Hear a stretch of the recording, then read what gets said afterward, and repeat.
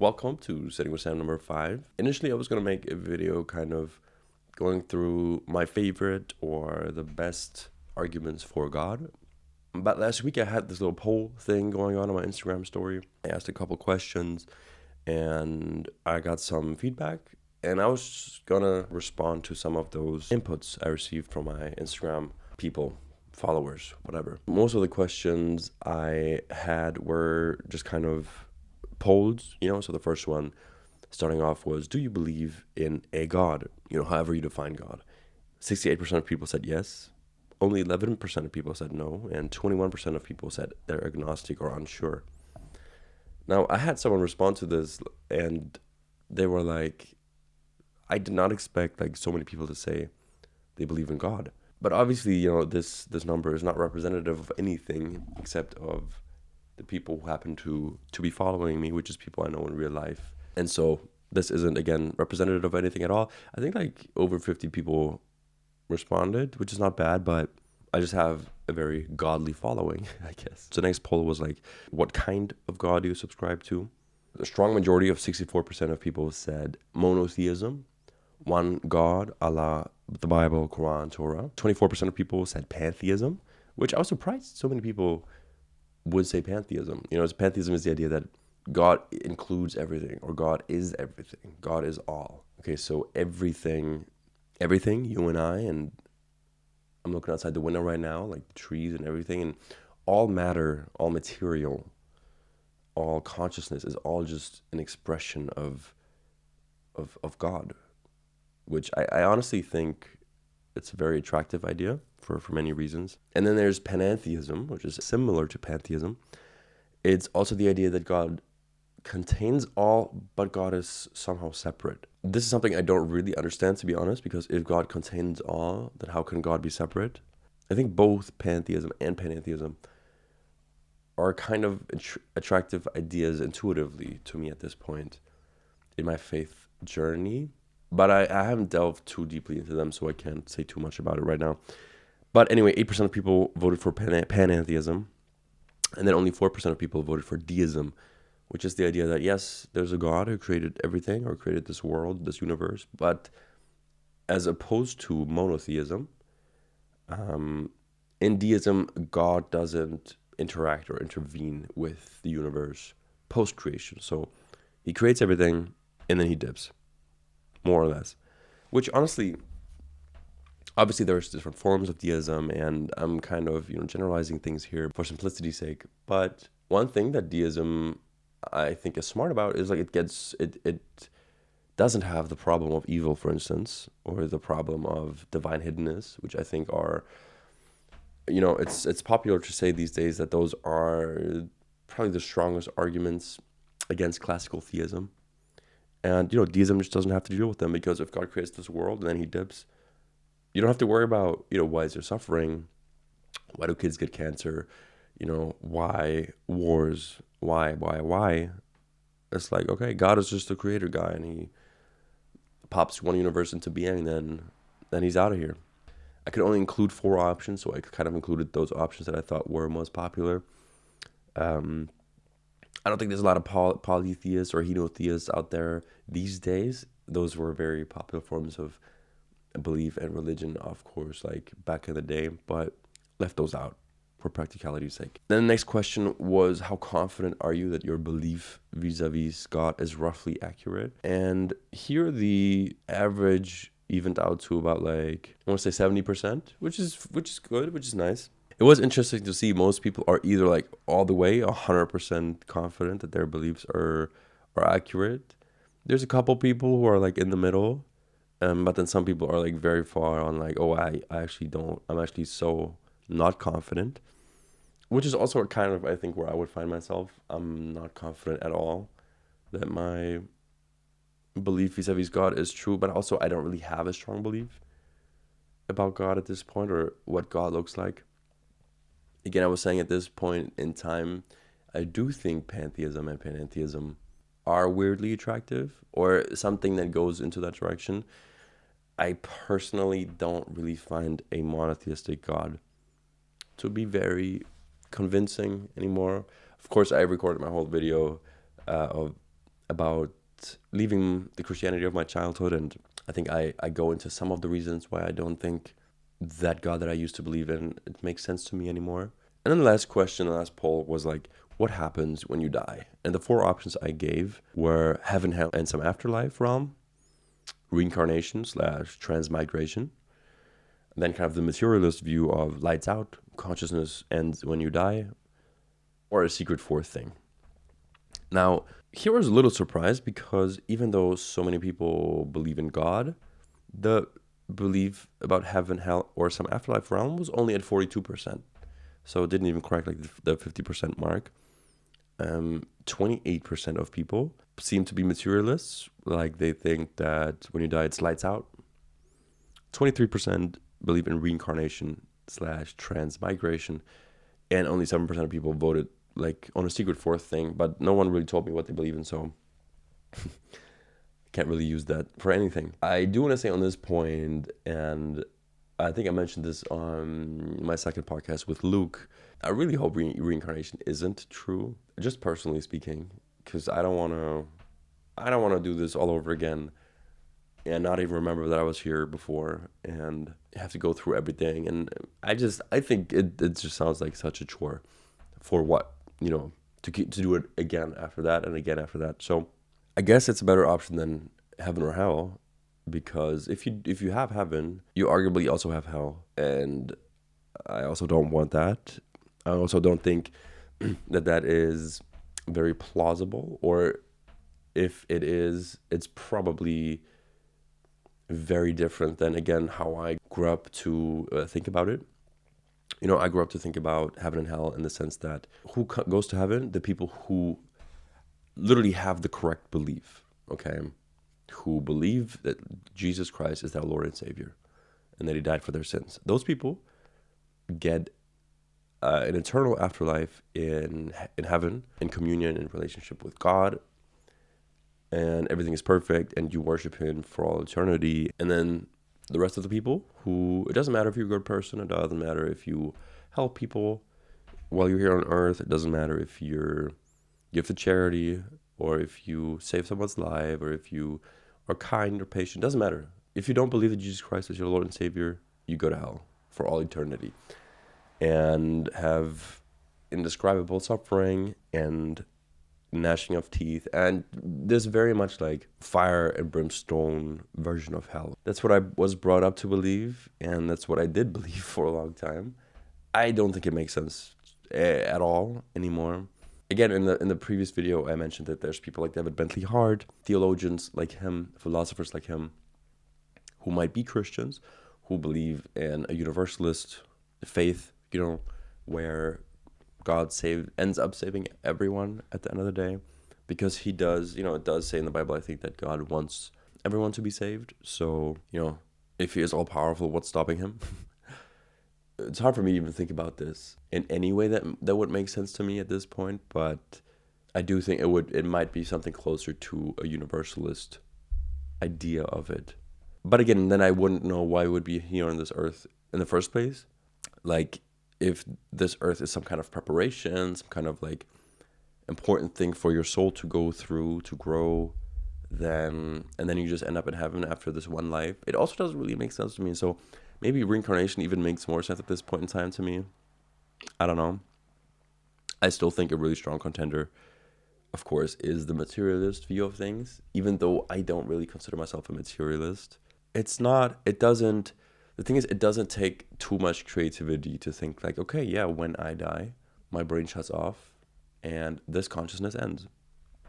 If you don't have like a fully fleshed out idea of what a soul is, or how a soul would interact with your mind, if your soul if you can even differentiate between your soul or your consciousness, are those the same thing, then I do think it kind of makes sense to go the materialist route and say, okay, yeah, if you die, it's lights out. You do have to have some kind of idea of a soul, I think, that would live on post-death for you to not be like a per default materialist. I personally have no idea. I don't know what I would have voted in my own poll, to be honest. I might have voted a secret fourth thing just to not commit to any of the other three options, but it's hard to say. Anyway, let's go to, I think, the most interesting question that I asked, and the only question where I actually got like, I had like an input field and people could give me or write to me and give me answers. So the question was, in short, why do or don't you believe in God? Okay. And so I'm just going to read some of them and just give my thoughts. The first answer I got was, we all have to have come from somewhere, and I believe we were all created by God. Fair enough. Like, I think that's fair enough. I think the where do we come from, why are we here, how did everything start, or how did anything start, is probably the best way to argue for God.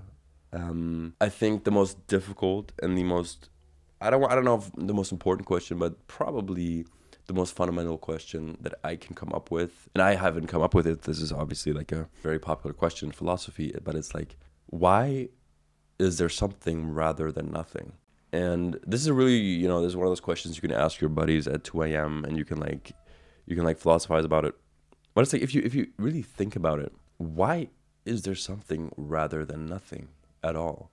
Obviously, the Christian would be like, okay, there was God and he's eternal, and he wasn't lonely, but he wanted creatures. He wanted to create something that he then could have fellowship with, or he could have relationships with these things that he created. And so that would kind of be like the classically theist way to go, from where I'm standing right now, where I don't have that assumption that there is this monotheistic God that is like this agental being that functions in the way that a biblical God would do, or a monotheistic God would do.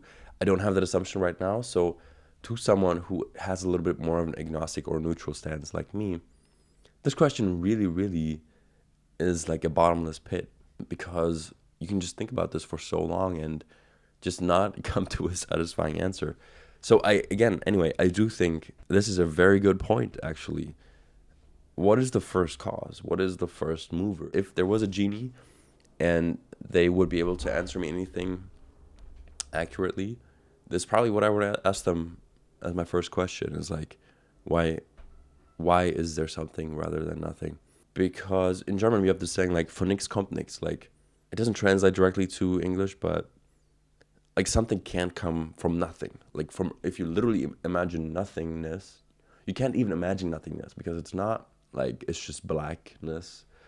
It's not like if you imagine space and you just imagine the color black or something. It's not even that. It's like, you can't even really sensibly talk about nothing, because every time you use words, you describe something. So again, this is really kind of a mind fuck to think about. Anyway, on to the next answer I got. Why do or don't you believe in God?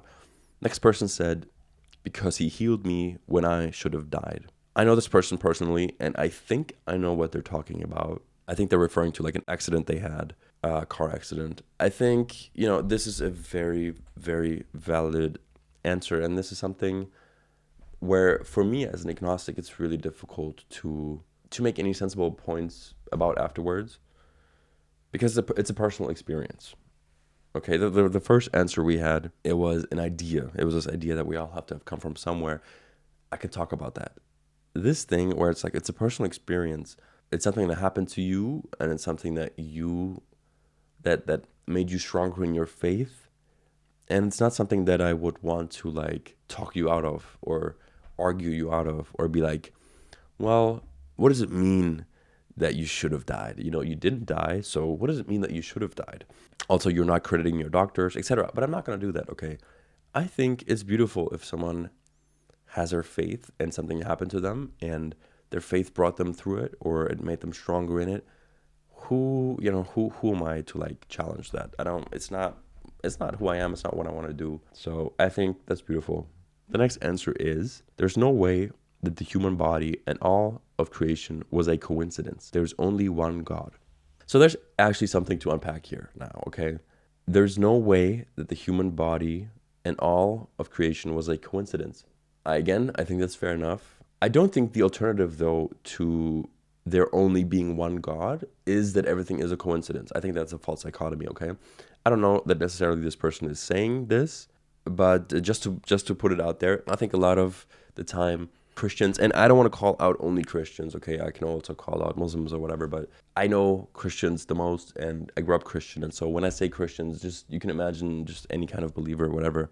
Sometimes believers will give you like a false dichotomy. It's like, oh, either there's this all-powerful, all-knowing, all-perfect God, or everything is nihilism, and everything is coincidence, and everything is meaningless.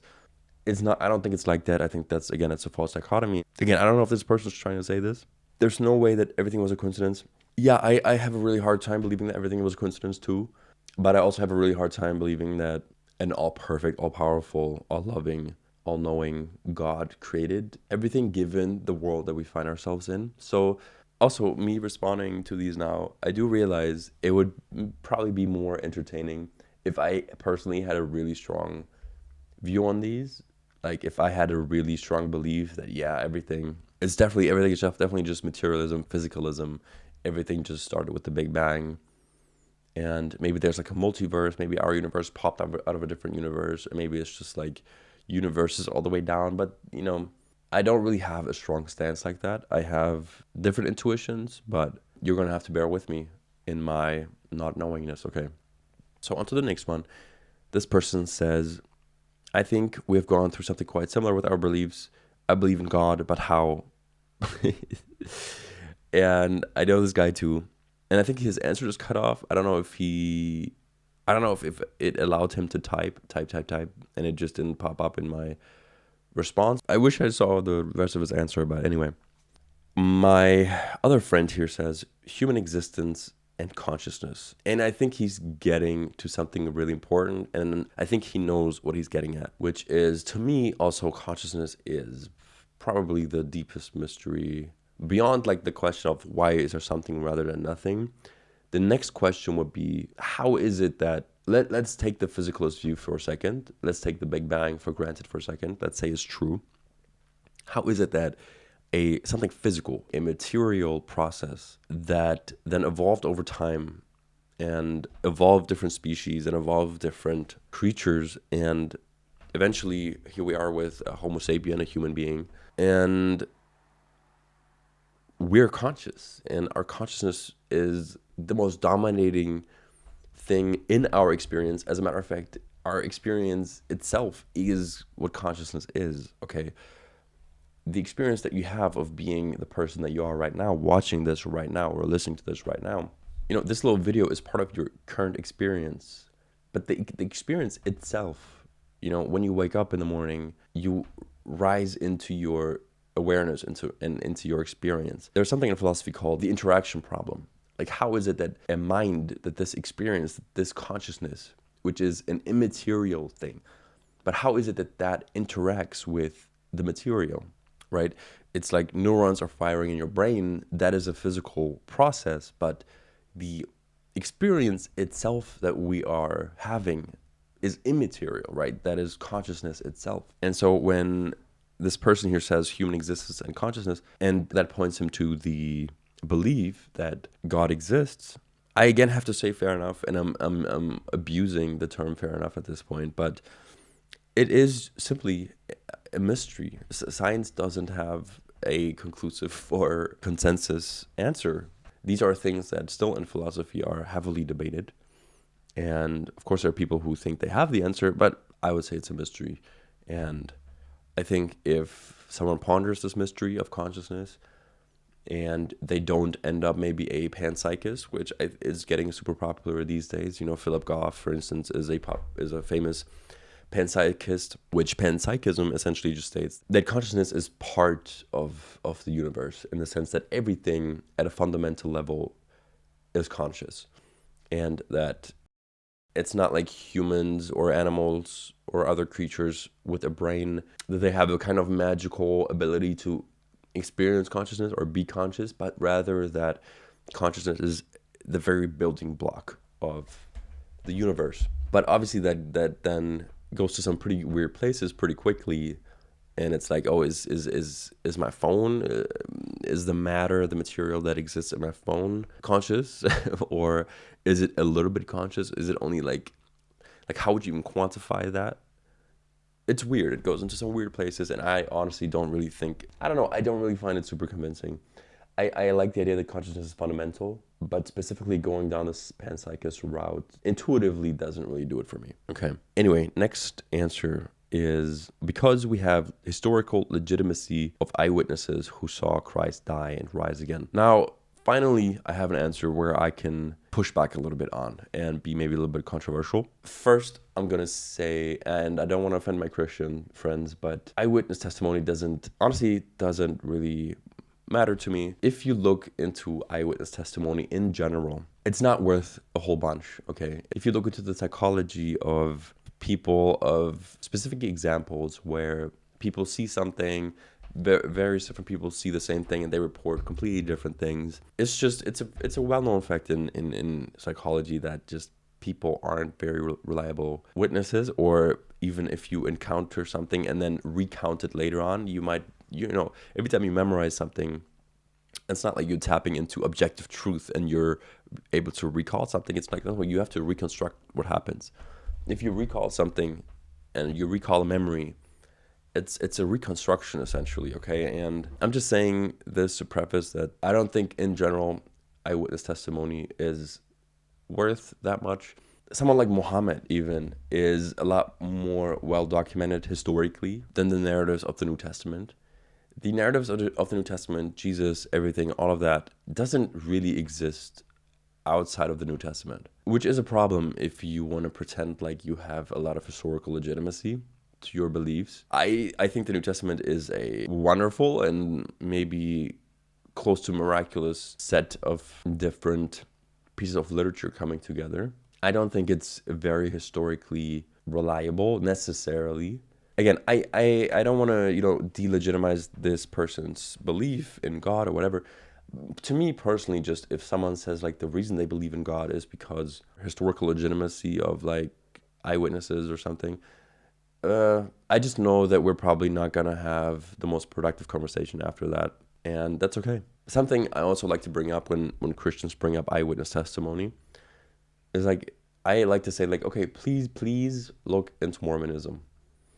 Please look into Mormonism, because you'll realize that it's actually not the eyewitness testimony that's probably convincing to you in your Christianity. It's probably that you grew up Christian and that you think eyewitness testimony conveniently really fits what you believe. But if you look into something like Mormonism arguably has more reliable eyewitness testimonies about the golden plates, about Joseph Smith, and so forth. But if you are curious about this as a Christian or as anyone else, you should look into this. And I think keep an open mind and just notice, if you do look into this, how quickly you will dismiss the eyewitnesses that talk about what they talk about in the case of Mormonism. Anyway, next person, my friend, and I think I can call him out by name, Felix. He just says, you already know, bro. You already know why I believe in God. And I do. So shout out Felix. Moving on. This person says, he keeps proving himself to me. Some call it chance, but it seems too detailed and perfect. Again, like, fair enough. This is a personal experience, for better or worse. Just as a matter of fact, I have never had an experience where I was like, okay, this has to be God. There are people who say this, who are like, oh, I experience God all the time. Now, people who say that they experience God all the time, they experience things all the time that couldn't have been something different, that have to be God. They experience things all the time where they pray for things and they happen that way. To me, that comes across as a little bit gullible, as like a little bit convenient, as a little bit like confirmation biasy. But this is a very general statement. I would like to ask this person like, hey, can you give me like 3 very specific examples in your life where God proved himself to you? Just because this person says he keeps proving himself to me. When I am in actual conversation with someone like this, I like to be like, okay, give me like a really specific example. Like, please, I just want to like hear actually like in real life what happened and how did this make you confident that God exists? Because a friend of mine once told me like a story where he was like in a different country, he was helping out and it was really dry and they prayed for rain. And then as they were praying for rain, it started raining. I'm like, damn, that's pretty cool. Now, is that conclusive evidence that God did that? I don't think it's conclusive evidence of that, but also that's pretty cool. Anyway, this next person says, the intangible vibes of love and creation. And to be fair, this person also voted that they're a pantheist, so I would maybe respond a little bit differently if I knew that they were a Christian or a monotheist. But I mean, fair. If this is also something where when I look at, I'm a big tree guy. Okay, I love trees. Could creation have evolved, by itself? Yeah, maybe. But I do think it's quite miraculous. I like to think I'm somewhat of a realistic person, but I have my artistic side and I have my romantic side, and I do think the intangible vibes, by the way, vibes spelled in all caps, the intangible vibes of love and creation are mysterious and beautiful. And if the intangible vibes of love and creation lead you to believe that there is a God, or that there's something more than the mere physical or the mere material, then again, fair enough. And I think that's a beautiful reason to believe in something, okay? Again, this person doesn't believe in your monotheistic God of the Bible, but they don't have to. My next guy says, gotta pay rent. Now, this is my old roommate, and he, without doxing him specifically, I think he voted agnostic in the earlier poll. So I think he's trying to say, like, he's not sure there is a God because he has to pay rent. And I do feel that. I do feel that, especially living in Germany's most expensive city, where whenever I tell someone what I'm paying for rent, it's a lot cheaper than it would be in the US, but also our wages are a lot lower. But when I tell someone, like, from Germany or something what I'm paying, they're always like, what? So I feel you on questioning God on the basis of insane rent. Next person says he doesn't believe in God because of traumatic experience, justified by the, quote, will of a biblical God, but still are quite spiritual. Now, with this answer, I also know this person personally. We actually went to the same denomination. I do want to say that I think growing up, and I've talked to enough people at this point who also grew up in my very specific denomination, who now either they're still Christian and they go to a different church, or they left their faith or something. But growing up in a denomination that I think I can say is objectively oppressive. If you're a person who questions things, if you're a person who isn't afraid to think critically about things, to question authority, if you're creative, and if your mind likes to entertain alternative viewpoints and stuff like that, it's the denomination I grew up in is oppressive for those kinds of people. It's also oppressive to people who are gay or who don't fit into the very homogenous environment that my denomination or my ex-denomination is. I don't want to specifically only call out my ex-denomination, but it's what I grew up with, and so it's what I have to reach back for. It's what I can talk about. But obviously, a lot of churches, a lot of houses of worship can be very oppressive in that way. What I want to say is, though, that for people who leave, that often immediately as they leave, it triggers this response where all of a sudden you want to throw out the baby with the bathwater. You want to discard everything. There's this jerk response of oh, everything they talked about is fake. Everything they talked about is false. Obviously, that isn't the case. Oftentimes, if you then go through your deconstruction, I think there is this period, at least this happened to me, where I never threw everything out, but I did have this period, I think, over the last couple of years where I'm like, okay, I'm warming up again to a lot of maybe ideas that I grew up with. I take out a little bit of the extremism, but then I can see the value of a lot of what was talked about, and I can even feel a lot of sympathy again for some Christian ideas and stuff like that, or just faith ideas, stuff like that. So when this person says they don't believe in God anymore because of traumatic experiences justified by the will of a biblical God, but they are still quite spiritual, I can relate to that. It used to kind of be annoying to me when someone said, oh, I'm not religious, but I'm spiritual. But I do understand what they're saying. And I do think probably most of the time when someone says that, they come from a background that used to be religious and oppressively so.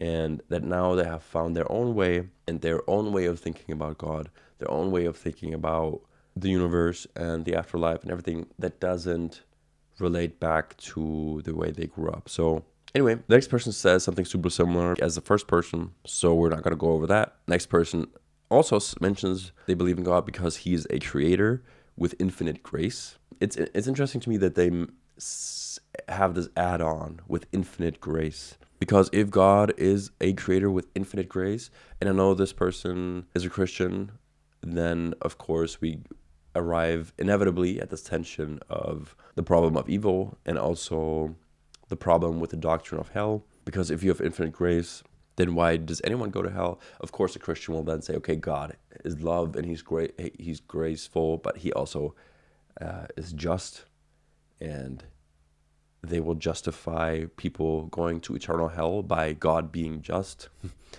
which I think is a little crazy. But again, I do of course relate to and can empathize with the creator aspect. To a certain kind of person who has a certain amount of openness to spirituality or theology, to God, as soon as something is kind of indescribable, or not even indescribable, I mean, technically we can describe these things, but as soon as our mind lacks the ability to really grasp the depth of something, it makes sense that we jump to God, because God is like the ultimate thing, right? The ultimate thing that we can't describe, the ultimate thing that is beyond our reach. And it makes sense to connect those two. A lot of people will use nature to say, like, okay, God reveals himself through nature.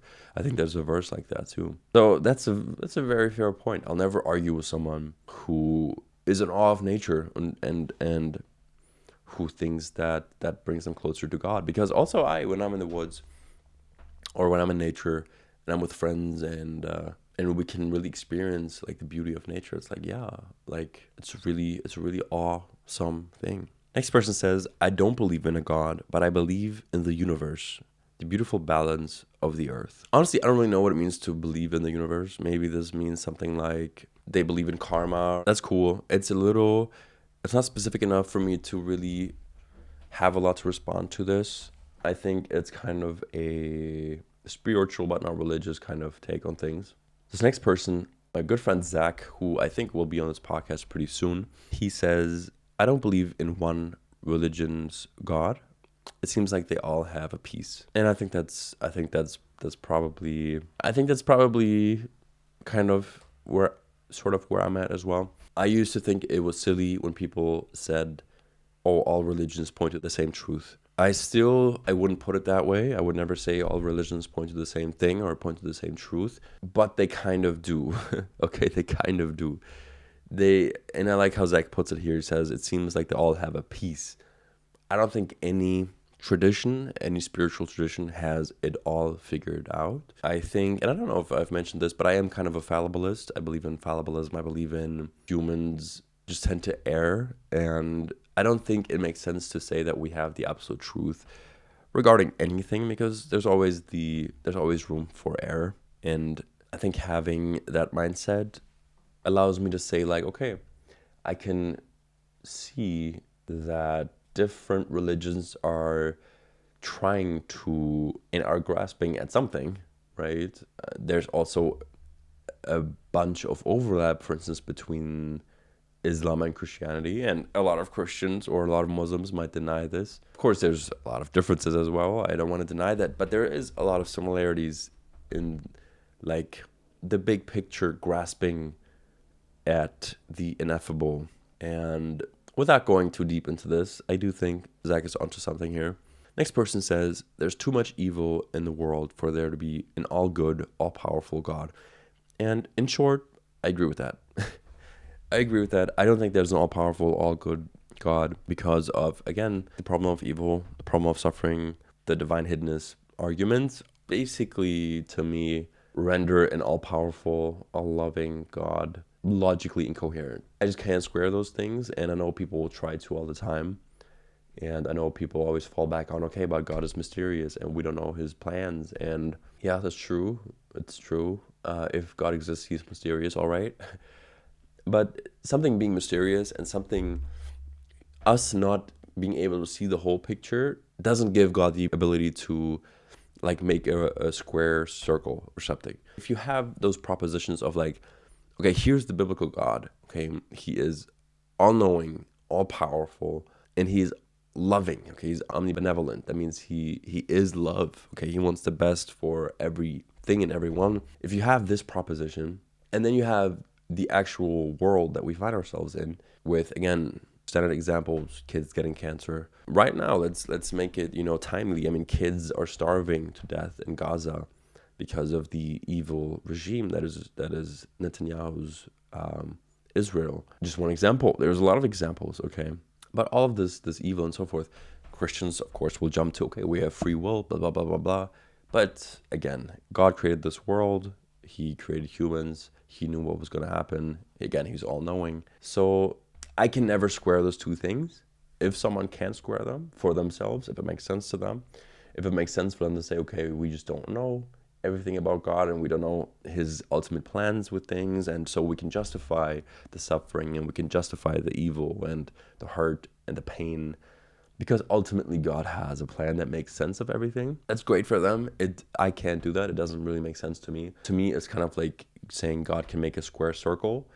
Some people would be like, yeah, he can. He's God. But literally, that's logically incoherent. Okay, literally, you cannot have a square circle.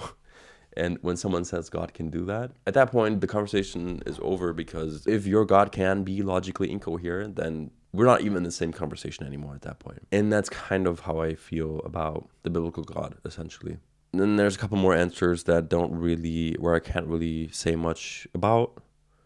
The last one I'll go into is someone saying prayers were answered. Again, as I said earlier, with personal experiences, I never want to delegitimize them, but when they come up in personal conversation, I do like to ask specifics, like what actually happened. The problem is even when I was a believer, and I was a believer until I was about like 21 years old, yeah. So God had plenty of time to maybe show me something crazy. He didn't. I don't want to like mock any faith or anything. It's just that to me, I don't know, I prayed, an endless amount of prayers.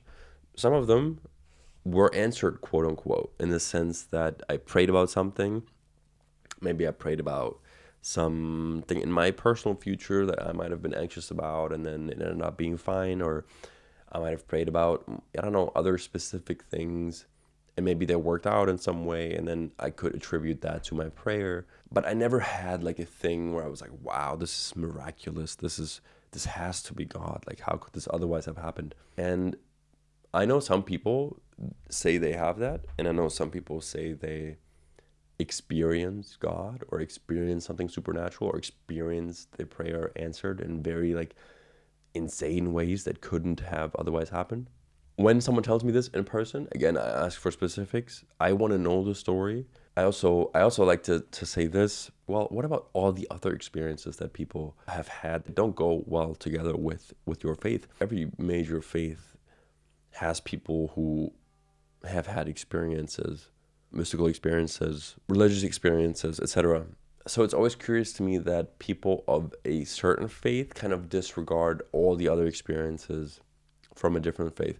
Even within Christianity, like most of the people I know are evangelical Christians, or kind of are like in the broad evangelical tent, like my ex-denomination.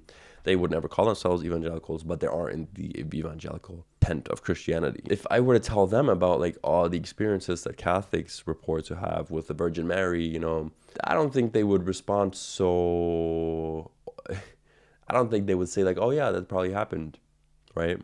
So even within a given major faith, there are obviously different sects and different parts that are kind of exclusive to one another, in the sense that if evangelical Christianity is true, then Catholic Christianity isn't true, right? In some really important ways, and vice versa. And so the experiences that a Catholic might have, if they might have some kind of experience with the Virgin Mary or something, how would that fare, with someone who is an evangelical Christian and who believes that Catholics actually kind of idol worship Mary or something like that? I don't know. I'm just saying personal experiences are a thing where this is similar to eyewitness testimony. The reason why eyewitness testimony isn't reliable is because humans aren't very reliable when it comes to recollecting what happened, when it comes to talking about an event, even a regular event, even just recalling regular everyday occurrences at work, at school, wherever a person is. Our brains just aren't made to be like these objective retellers, unless you have photographic memory. And even then, I'm sure they're prone to errors. I don't know. I haven't looked into it, but most, quote unquote normal people with quote unquote normal abilities, we're made to essentially confirm what we already think is true. If we have an idea in our mind, we go out into the world and our brain just confirms it to us essentially. I remember when I was a kid, we were gonna buy like a new car, and all of a sudden I started seeing this car everywhere. My little sister the other day was like, she sees these license plates all of a sudden everywhere with this specific combination of letters. And to me at this point, it's like, yeah, obviously it's the Bader-Meinhof phenomenon. It's just a thing your brain does. Or pareidolia. Pareidolia is this thing where the most popular version of it is if you look into the clouds and you see shapes that to you look like animals or whatever. Pareidolia is essentially visual apophenia, which visual apophenia is the tendency to perceive meaningful connections between unrelated things. Klaus Conrad, the guy who defined the term, defined it as the unmotivated seeing of connections accompanied by a specific feeling of abnormal meaningfulness. Humans are meaning-making machines. We go into the world with our little biological bodies and we have our consciousness, right? And we experience things and we also narrativize everything. Maybe not literally with our voice in our head. Some people don't have a voice in their head. Some people do have a voice in their head. But we narrativize everything, right? Certain things happen to us throughout our day. Then we go home and then we might reflect on what happened.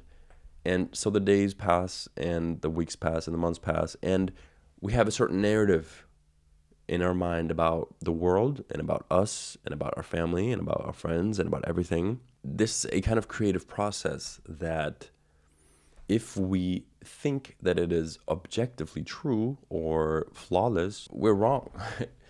We're wrong. We only ever have like a little piece of the puzzle. And I'm kind of rambling, but I'm just kind of trying to illustrate why so many things are so subjective and are so prone to the little narrative that goes on in our head. I'm sure you know that video you find on YouTube where it asks you to count the amount of times. There's like a group of people, and I think they're like passing a basketball amongst them, and you're supposed to count how many times. And then at the end of the video, it's like, did you see that gorilla that was walking through those people? And if you've never heard of this thing, and I guess now it wouldn't work because I spoiled it for you, but it's old, so if you haven't seen it yet, it's your fault. But the first time I saw it, it actually works. Like, you don't see the gorilla at all. You don't see it. It's not something where it's like, oh, stupid people only don't see it, or if you really pay attention. No, it's just you're asked to do a certain task. You're asked to focus on the ball and see how many times it's passed. And your brain simply doesn't take note of the gorilla that passes the screen. And it's not like he's like in a light opacity or he's like kind of hidden. No, there's obviously like a guy in a gorilla costume just walking across the screen.